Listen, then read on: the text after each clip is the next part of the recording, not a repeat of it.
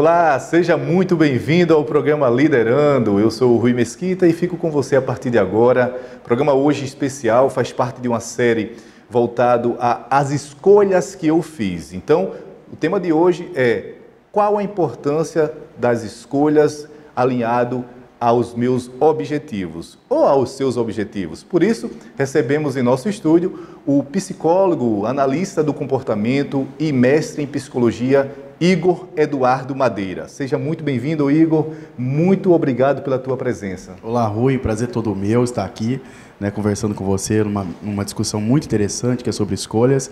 Espero que os telespectadores gostem daquilo que a gente vai discutir aqui hoje. Ô Igor, lembrar que escolhas realmente nos leva a ter um desafio em vida. E como fazer para escolher aquilo que queremos, aquilo que desejamos para o nosso futuro e respeitar essas escolhas? Ou seja, qual é o desafio nesse exato momento para quem quer tomar decisões? Boa pergunta, né? Escolher é uma tarefa aparentemente simples, que nós fazemos todos os dias. Escolhemos desde a hora que a gente vai levantar para ir para o trabalho, a escolhas mais complexas sobre qual carreira a gente vai seguir, sobre quais decisões a gente vai tomar, se a gente vai mudar de cidade, permanecer na cidade, continuar numa relação, não continuar numa relação. As escolhas, então, elas fazem parte da vida, né? Só que pouca gente sabe que, na maioria das vezes, quando a gente escolhe um processo, escolhe alguma coisa, a gente sempre está resgatando o nosso processo de história pessoal. Então, ao longo da nossa vida, a gente vai construindo repertórios, para escolher, seja regras, pensamentos, os sentimentos também condicionados àquilo. E quando surge uma situação conflituosa, a gente sempre parte do princípio daquilo que a gente viveu. Então, eu costumo dizer que a gente escolhe, mas a gente não é livre para escolher. Por quê? Porque as nossas histórias pessoais, elas interferem na forma como a gente vai olhar para os desafios que surgem à nossa frente. Então, o grande problema da maioria das pessoas é que, eu sempre gosto de dizer aquela música da Elis Regina, ainda somos os mesmos e vivemos como os nossos pais. Então, o grande problema das pessoas é que o ambiente, a situação, ela muda, se encontra uma situação diferente, ela acaba, então, resgatando o processo de escolha anterior para tomar uma decisão agora, e ela não percebe que a situação mudou, que a situação é outra.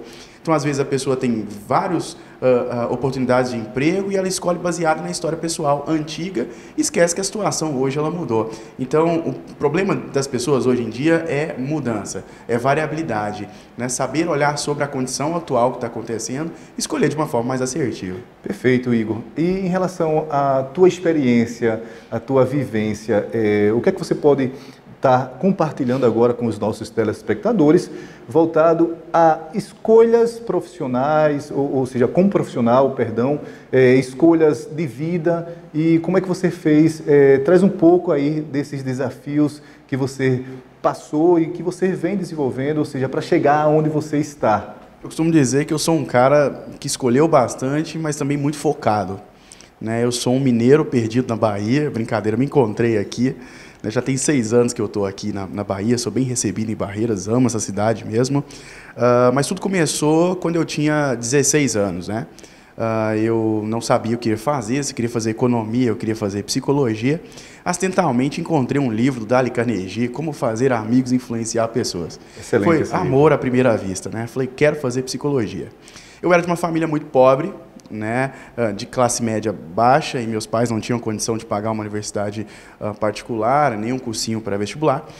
Então eu comecei a estudar sozinho em casa, porque eu sabia que eu precisava ser alguém na vida.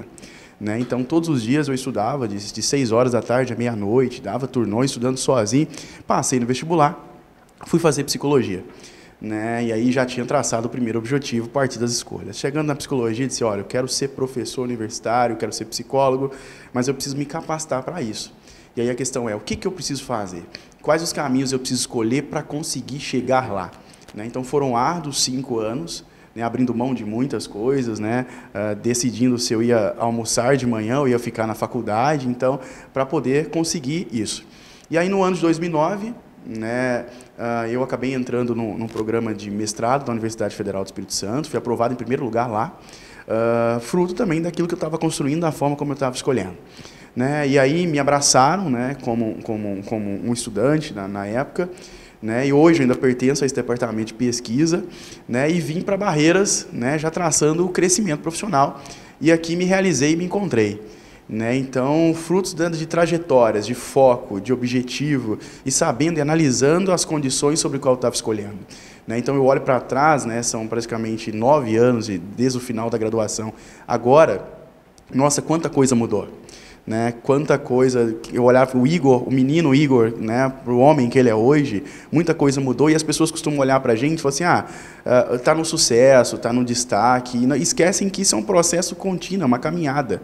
Né? Então, foi um processo de construção, de aprendizado. Claro, muita coisa eu faria diferente, mas sempre focado. Né? E outra coisa, né? Continuo tentando escolher o melhor caminho para mim também. E muita superação, né, Igor? E muita superação. E as dificuldades, elas vêm, né? E o grande problema é que a gente não está acostumado a lidar com as dificuldades.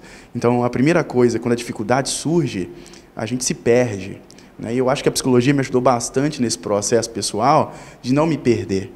Né? Então, às vezes, o mundo ele bate a porta na cara da gente mesmo, às vezes as pessoas dizem não para a gente, mas a questão é a persistência. Né? Só que esse processo de persistência também ele é aprendido. Eu agradeço muito aos meus pais por isso, né? Por não me ensinarem a desistir das coisas. Então, a gente precisa ter foco. Né? Para escolher, é preciso focar, alcançar um objetivo e traçar as metas para a gente conseguir alcançar aquilo ali.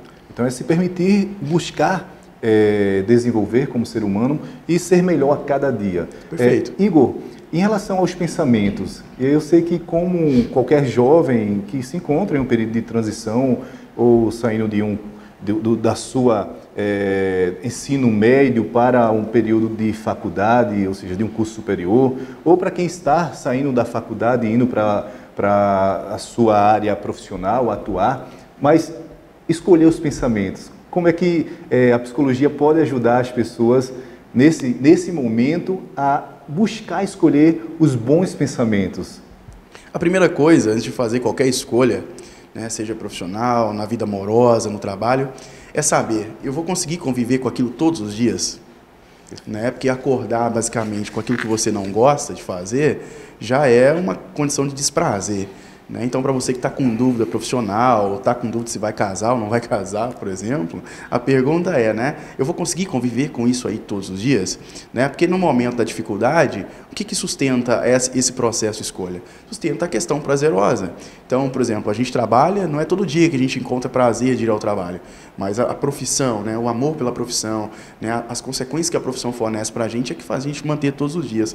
E a questão dos pensamentos é que na medida em que a gente vai escolhendo, as consequências elas vão acontecendo, elas vão retroagindo para a gente, nos afetando mesmo, a gente vai construindo regras sobre isso. E algumas pessoas constroem regras muito negativas sobre aquilo que escolhem.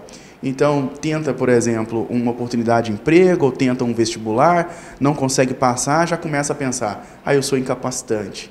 Né? E esse processo, então, ele paralisa o indivíduo. Então, eu conheço pessoas, por exemplo, que já procuraram ajuda terapêutica, que estão há 6 anos tentando um vestibular e não conseguem entrar numa universidade pública. Por quê? Porque construíram regras a partir dessas condições e essas regras paralisam o indivíduo. Eu costumo dizer, né, tem que submeter àquela condição, entender a condição, avaliar o que está acontecendo, para que a gente consiga transformar e modificar a situação, o problema. Perfeito, perfeito. Então, é fundamental que o indivíduo ele se conheça cada vez mais. O autoconhecimento é muito importante hoje. A gente vê uma geração que não se conhece. Né? As pessoas não analisam aquilo que elas fazem, elas não analisam, né, os sentimentos que as relações estão trazendo para elas. Parece que a gente está ligado num botão do piloto automático.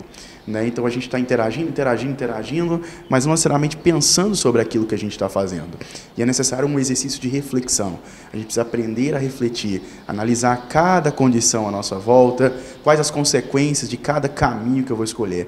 Né? Tem um autor na psicologia que eu gosto muito, que é o Skinner, ele disse assim, quando a gente escolhe, a gente só escolhe sobre qual condição eu quero que eu ficar sob controle. Então, se eu estou em dúvida entre duas coisas, quando eu escolho uma em detrimento de outra, eu só escolho sobre qual condição eu quero ficar.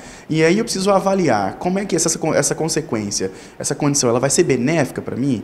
Né? Às vezes a gente tenta escolher o caminho mais fácil, Rui.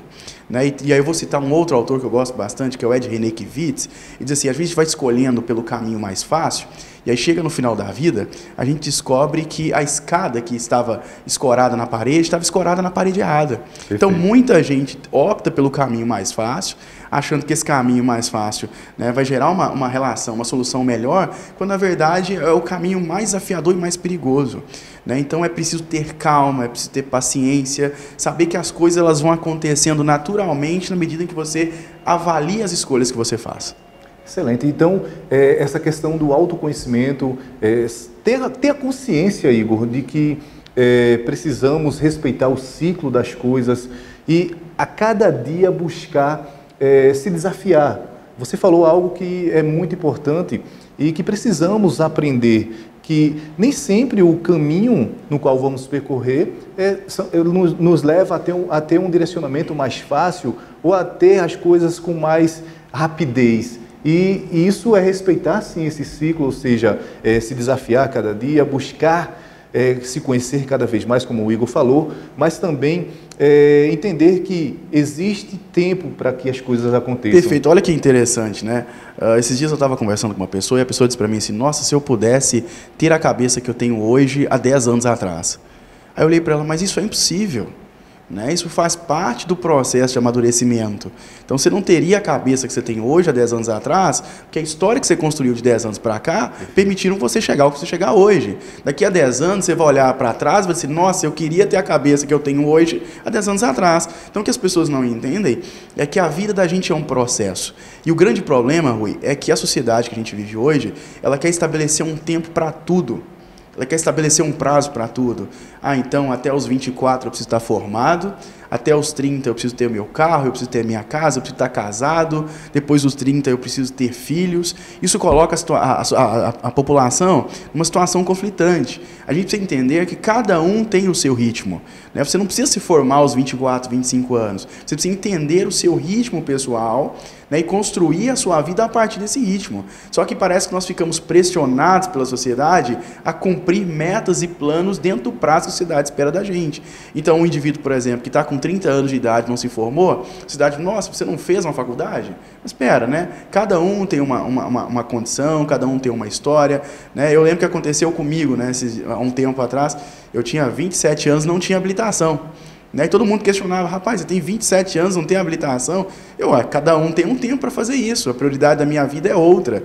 Então, a gente precisa pensar, então, qual é a prioridade pessoal? Né? Então, os telespectadores precisam entender qual que é a sua prioridade pessoal. Então, estabeleça metas para isso, estabeleça um tempo para você e não obedeça o tempo cronológico, obviamente, que as pessoas tentam impor.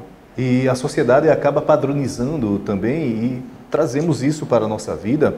Até eu falo que vivemos em um efeito manada, para onde a maioria das pessoas vão, os demais vão atrás e assim, sem entender que, poxa, somos diferentes.